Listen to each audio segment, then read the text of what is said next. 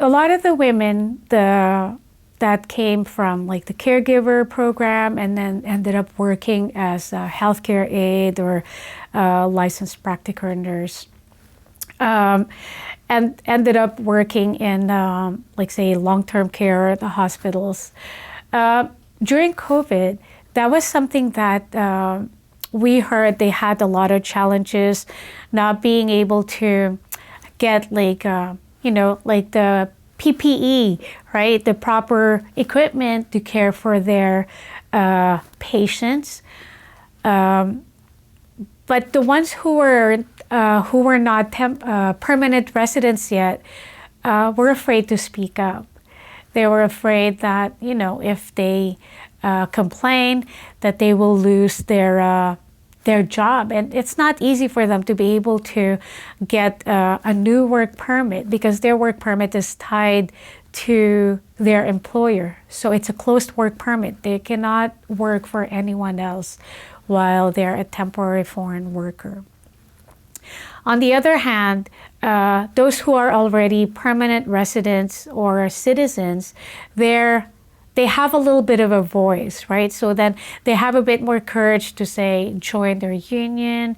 If there is a union in their workplace, so they have a little bit more freedom to express their voice because they're not afraid of their losing their work permit and jeopardizing their status, their chance to become permanent residents.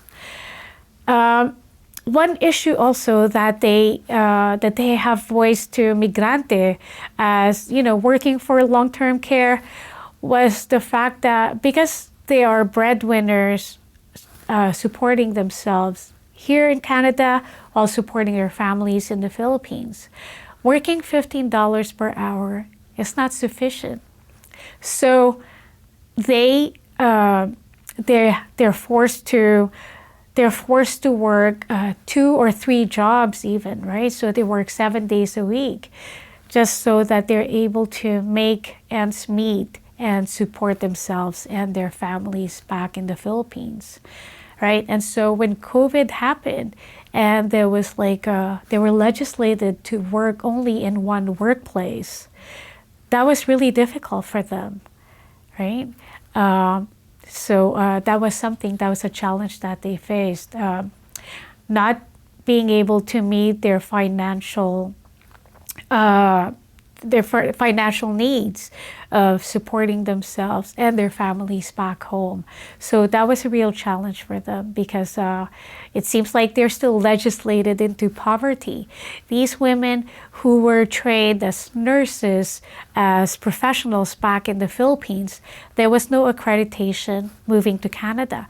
Even if they worked in other Commonwealth countries, they worked in Saudi for 10 years, but then they moved to Canada, that's not recognized even if they're able to get some points in immigration system.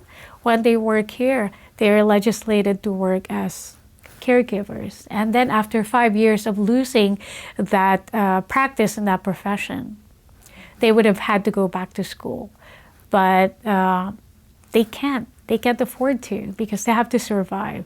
And so they would choose something that they can study for 6 months only so that they can work right away. And so they end up as healthcare aide working in long-term care facilities, right? And so they're still earning say $15 or $17 per hour.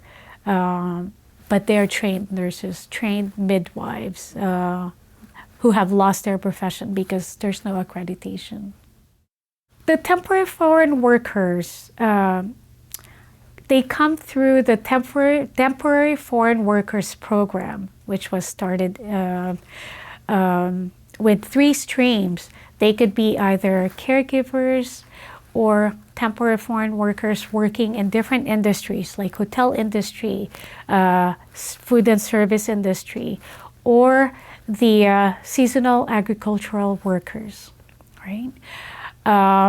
So the seasonal agricultural workers, they have no chance of applying for permanent residence. So these farm workers would come here during the harvest season and planting season, and then they would leave. And every year they would do that. And they had no chance to apply as permanent residents.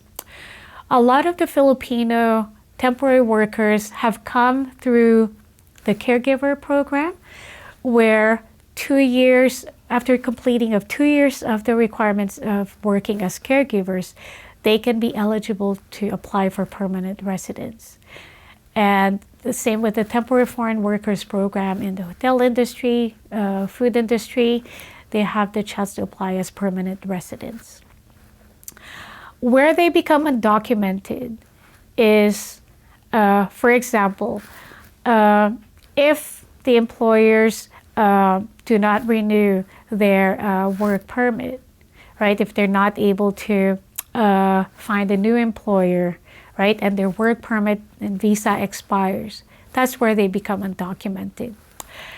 In 2014, when the immigration minister then, Jason Kenney, implemented the moratorium on temporary foreign workers, a lot of, there was like a 4-in, 4-out rule where it states that if the workers have been here for 4 years and they're, after that period, they haven't applied for permanent residence, they have to leave Canada and they cannot come back after 4 years. So a lot of workers were deported, and this is the time when we just started Migrante, Alberta. So a lot of the workers were deported, but a lot of the workers have made the difficult decision to stay undocumented. Again, for the very reason that they are the breadwinners and there's nothing to go back to in the Philippines, right? Even if they were professionals in the Philippines, there's no decent wage for the job that they will do to support their family. And so they decided to stay and become undocumented, working under the table. So they continue to work under the table, which in that situation, they're the most vulnerable workers, right? They're precarious. They cannot complain if there's abuse that's happening. If they're not being paid even like with a minimum wage, right? And so with the fear of being deported, they're forced to put up with the abuse, in the workplace. Migrante Alberta is part of an umbrella organization called Migrante Canada, which is a nationwide umbrella organization of migrante groups from different parts of Canada. We were a founding member of Migrants' Rights Network, which is situated in Toronto.